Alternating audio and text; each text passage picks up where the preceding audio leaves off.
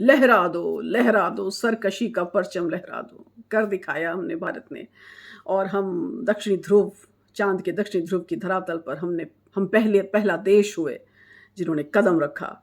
और इसके साथ-साथ भारत उन 4 देशों में शामिल हो गया, जो कि एक बहुत ही शक्तिशाली नेशंस का ग्रुप जो कि चाँद पर पहुँच चुका है, जिसमें कि यूएस, रशिया और चाइना है।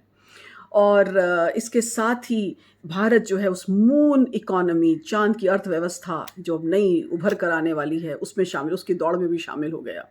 और आज ये हमें कई प्रकार के हमें मौके मिलेंगे, कई अवसर मिलेंगे, जिसमें कई प्रकार के काम होंगे, नए-नए विकास के नए कार्य होंगे, और जिसका हिस्सा हम भारतवासी बनेंगे। और ये हमें चंद्रयान का ये जो मिशन है, ये भी दिखाता है कि पिछले जो असफलताएँ इन्होंने उठाई थीं, उससे सीख लेते हुए इन्होंने उन बातों पर ध्यान केंद्रित किया और अपनी सफलता को पा लिया।